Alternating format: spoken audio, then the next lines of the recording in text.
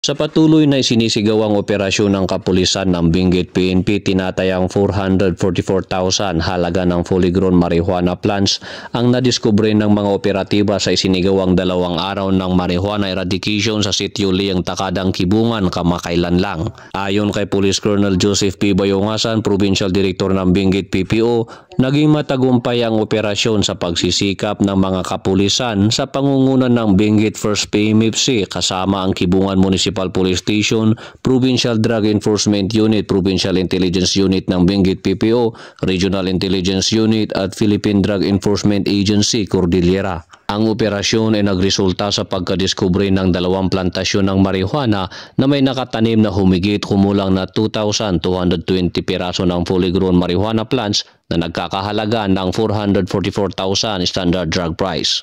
Pinuri naman ni Police Colonel Bayongasan ang mga operatiba sa kanilang matagumpay na operasyon at patuloy na paigtingin ang kanilang kampanya kontra illegal na druga upang matuldukan ang paglaganap ng pinagbabawal na gamot sa kanilang nasasakupan. Bagamat walang nahuling cultivator, lahat ng natagpuang marijuana ay binunot at sinunog ng mga operatiba sa mismong lugar. Ang pagpuksang ito ng kapulisan ay bilang tugon at suporta sa isinusulong ng kasalukuyang administrasyon na maging illegal drug-free ang ating bansa tungo sa bagong Pilipinas.